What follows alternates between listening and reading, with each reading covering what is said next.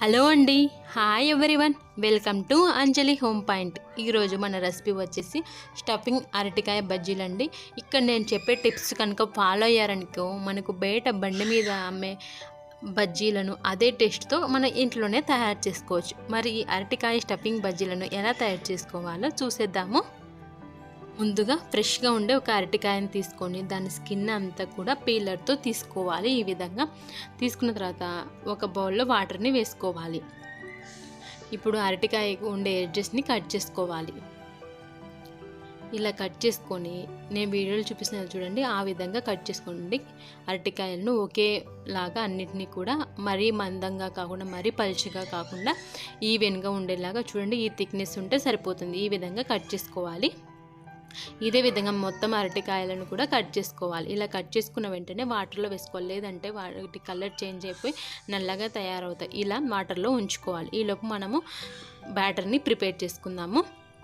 ఒక కప్పు అంటే 250 గ్రామ్స్ వరకు శనగపిండి తీసుకున్న, 2 స్పూన్స్ బియ్యం పిండి తీసుకున్న. బియ్యం పిండి వేసుకుంటే మనకు క్రిస్పీగా వస్తాయి. అదేవిధంగా ఒక పావు స్పూన్ పసుపుని, ఒక అర స్పూను రెడ్ చిల్లీ పౌడర్ని, రుచికి తగ్గట్టు సాల్ట్ని, ఒక పావు స్పూన్ వాముని వేసుకోవాలి. ఇప్పుడు వీటన్నిటిని కూడా బాగా కలుపుకోవాలి.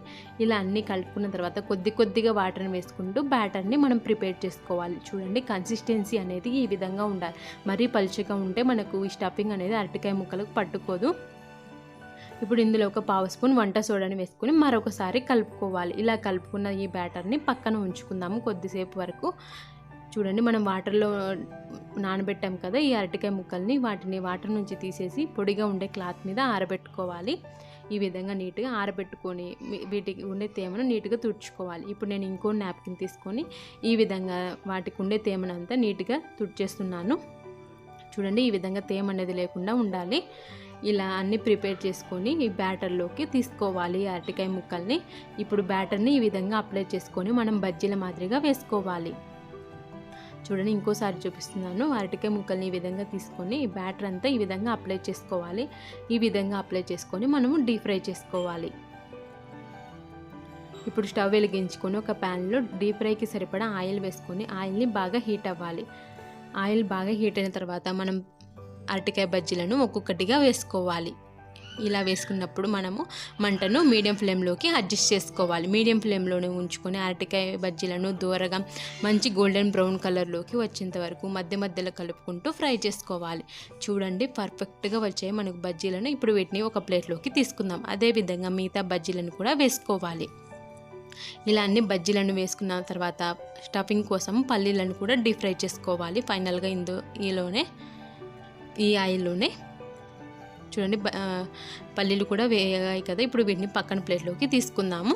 ఇప్పుడు స్టఫింగ్ కోసము ఆనియన్ని ఈ విధంగా చిన్న ముక్కలుగా కట్ చేసుకోవాలి. ఇప్పుడు ఇందులో రుచికి తగ్గట్టు సాల్ట్ని, ఒక పావు స్పూన్ రెడ్ చిల్లీ పౌడర్ని, సన్నగా కట్ చేసిన కొత్తిమీరను, అదేవిధంగా వేయించి పెట్టుకున్న పల్లీలను కూడా వేసుకోవాలి. మీకు ఇష్టమైతే పచ్చిమిర్చిని చాలా చిన్న ముక్కలుగా కట్ చేసుకొని కూడా యాడ్ చేసుకోవచ్చు. అదేవిధంగా ఒక హాఫ్ లెమన్ని కూడా జ్యూస్ తీసుకోవాలి.